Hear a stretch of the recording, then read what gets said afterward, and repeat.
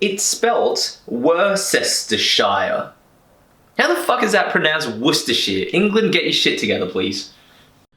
Are you a uni student or an early professional with no real time, money, or skills?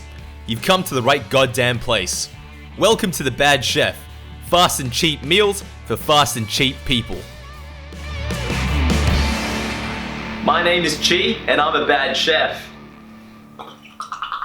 Vegetarians face an uphill battle with regards to their image because the stereotype that they're held against is that their food tastes like rabbit feed. But excuse me, allow me to retort, because when you think about the main components of anything with really huge flavor in it, it's almost always vegetarian. So for dark sauces, right, like Worcestershire sauce and barbecue sauce, all of their flavor comes from tomatoes, sugars, molasses, vinegar, and garlic extracts.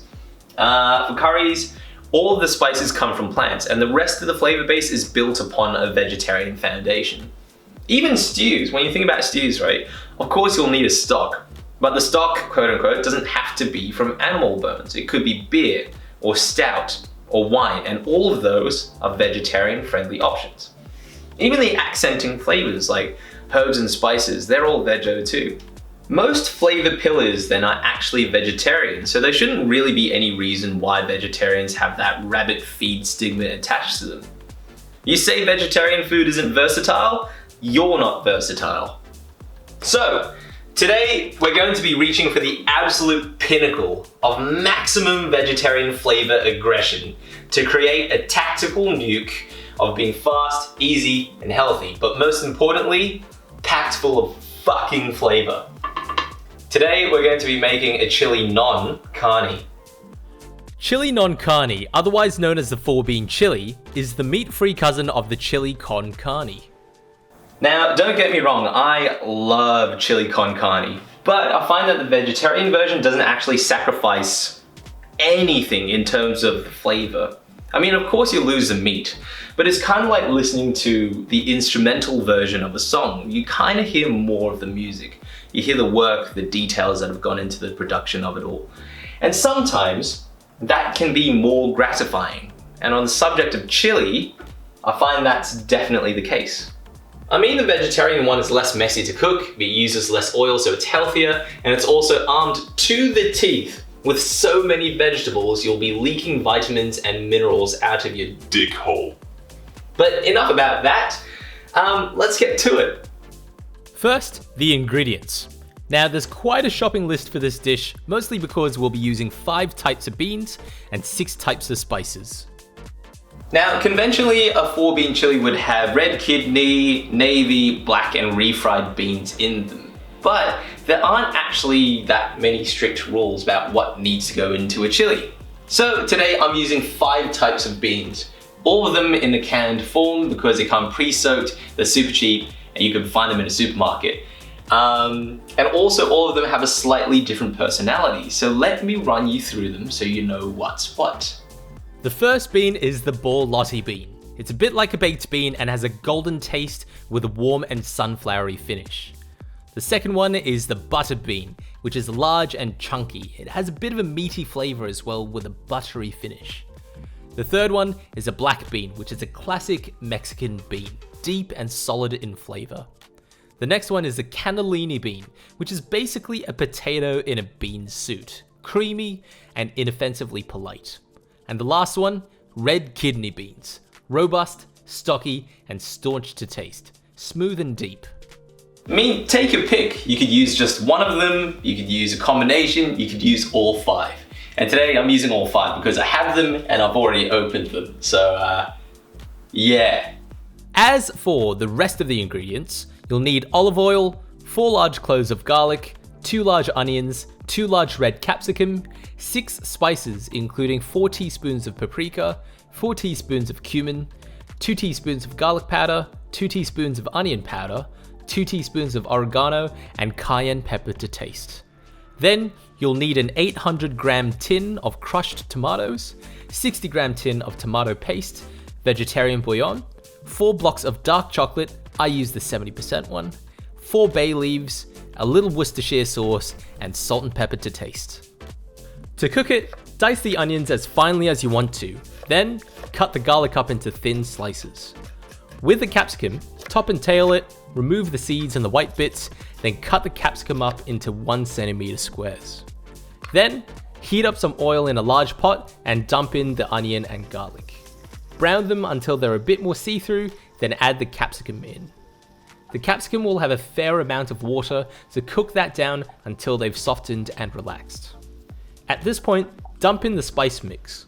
The spices will dissolve in the oils, which is excellent for flavor, so give it a good stir to cover all the vegetables. Then, add the can of tomatoes, the tomato paste, and the bouillon powder.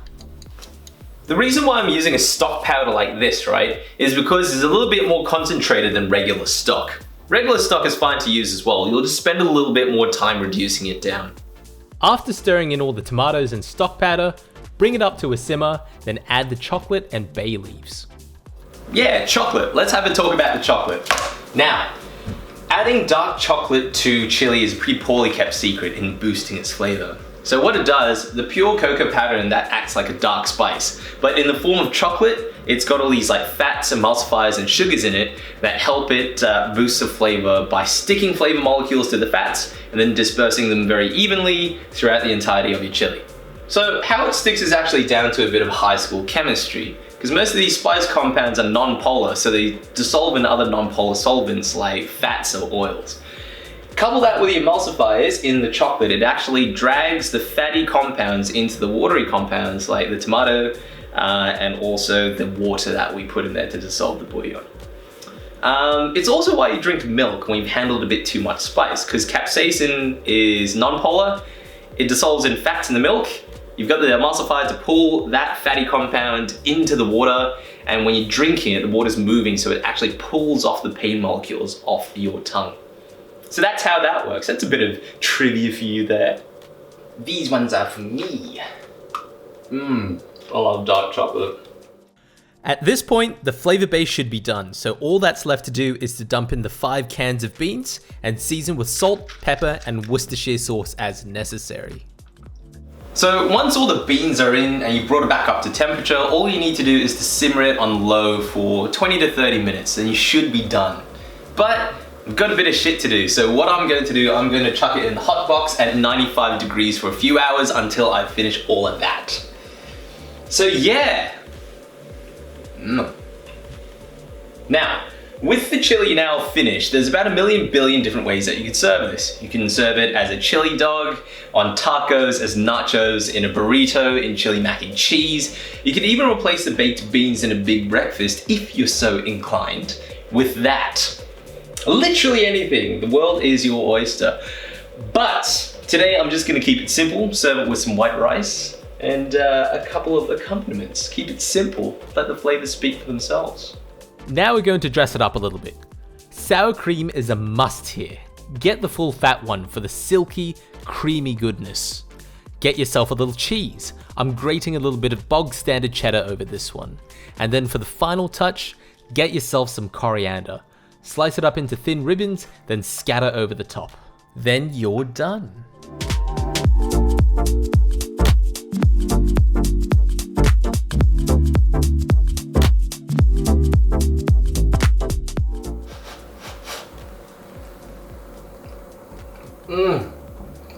If you say to me right now, oh, it's gonna taste better with beef, you can get the fuck out of here. Because what's doing the work, right, is the spices, the vegetables, the seasoning, all of that vegetarian stuff, that's what's doing the work. And if anything, I reckon the vegetarian one tastes a bit more layered, a bit more nuanced. It's kind of like when you're eating through this, you can taste each of the personalities of the beans. Like the butter beans, right? They're smooth and golden, and then you come across a red kidney bean and it's robust and confident. You taste each of the elements a bit more without the meat yelling over the top. How I put it, it's kind of like listening to different bands, right? Like the beefy one has a wider and heavier taste, kind of like Death from Above 1979 or Eagles of Death Metal. But the vegetarian one, they're using the same instruments, the same sort of flavors, but it feels tighter, more technical, like Parcels of Wolfpack. Not to say that one's better than the other, it's just a different way to enjoy chili, or analogously, enjoy bands. And hell, and kind of like them all.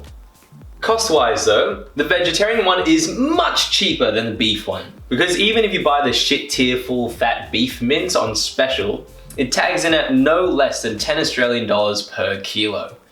Buying 5 cans of beans is about $5 on a good week and $7.50 at most. And plus, at 300 grams of drained weight per can, it's got more substance than the beef one as well. So, while the cost of the beef chili would be about $27 for 6 to 8 servings, the vegetarian one is only $16 for 10 to 12 servings. That's like $1.50 a serving, plus some of the garnishes, it comes to about $2 per bowl. That's literally pocket change.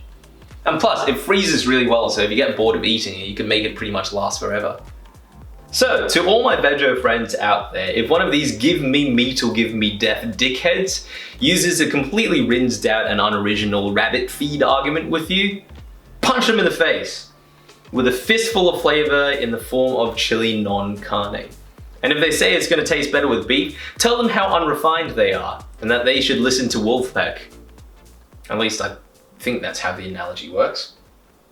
Anyway, this was 5 bean chili non-carne. Done!